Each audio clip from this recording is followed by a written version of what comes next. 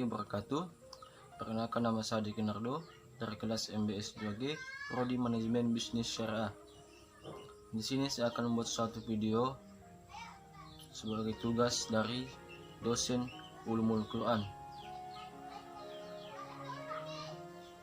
dengan judul materi yaitu kisah-kisah dalam Al-Quran. Langsung saja pengertian kisah. Kata kisah berasal dari bahasa Arab kissaat, jamaknya kisasa, yang berarti hikayat dalam bentuk prosa yang panjang. Adapun menurut Manna Al-Kathan berkata, kisah berasal dari kata al-kassu yang berarti mencari atau mengikuti. Artinya, saya mengikuti dan mencari jejaknya.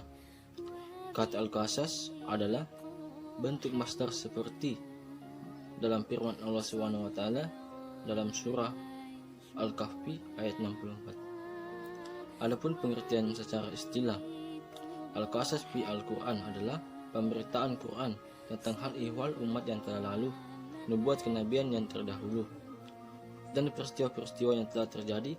Quran banyak mengandung keterangan tentang kejadian-kejadian pada masa lalu, sejarah bangsa-bangsa, keadaan negeri-negeri, dan peninggalan atau jejak setiap umat. Ia menceritakan semua keadaan mereka dalam bentuk yang menarik dan mempesona. Dan yang berikut macam-macam kisah dalam Al-Quran. Yang pertama, kisah para nabi. Yang kedua, kisah-kisah yang berhubungan dengan peristiwa yang telah terjadi pada masa lalu dan orang-orang yang tidak dipastikan kenabiannya atau golongan orang soleh. Dan yang ketiga, kisah-kisah yang berhubungan dengan peristiwa yang terjadi pada masa Rasulullah SAW. Dan berikutnya, polarisasi penyampaian kisah dalam Al-Quran. Tidak menyampaikan kisahnya secara utuh, tetapi hanya episode-episode tertentu. Kisah yang paling panjang dan dapat dinilai menguraikan banyak episode adalah kisah Yusuf alaihissalam. Al-Quran yang juga hampir tidak menyebut tempat dan waktu, bahkan seringkali menyebutkan secara implisit tokoh kisahnya.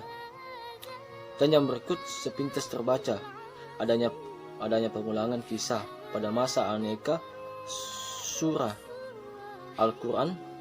Sebenarnya pengulangan kisah tidaklah sepenuhnya sama, sebab kisah terkadang berulang kali disebutkan dalam Al-Quran dan dikemukakan di dalam sebagai bentuk yang berbeda. Di satu tempat bagian-bagian yang didahulukan, sedangkan di tempat lain ada yang diakhirkan.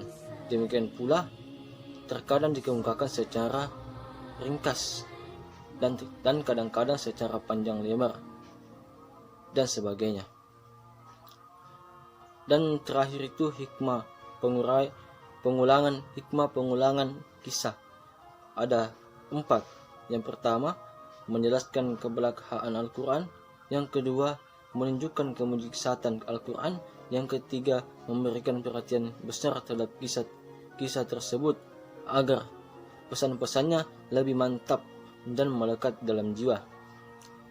Dan yang keempat, perbedaan tujuan yang karena kisah itu diungkapkan, maka sebagian dari makna-maknanya diterangkan di suatu tempat karena hanya itulah yang diperlukan, sedangkan makna-makna lainnya dikemukakan di tempat yang lain sesuai dengan tuntunan suatu keadaan.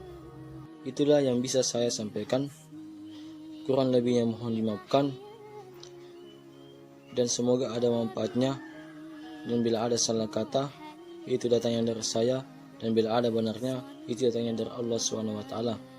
Dan saya akhiri, wabillahi taufiq wal hidayah. Wassalamualaikum warahmatullahi wabarakatuh.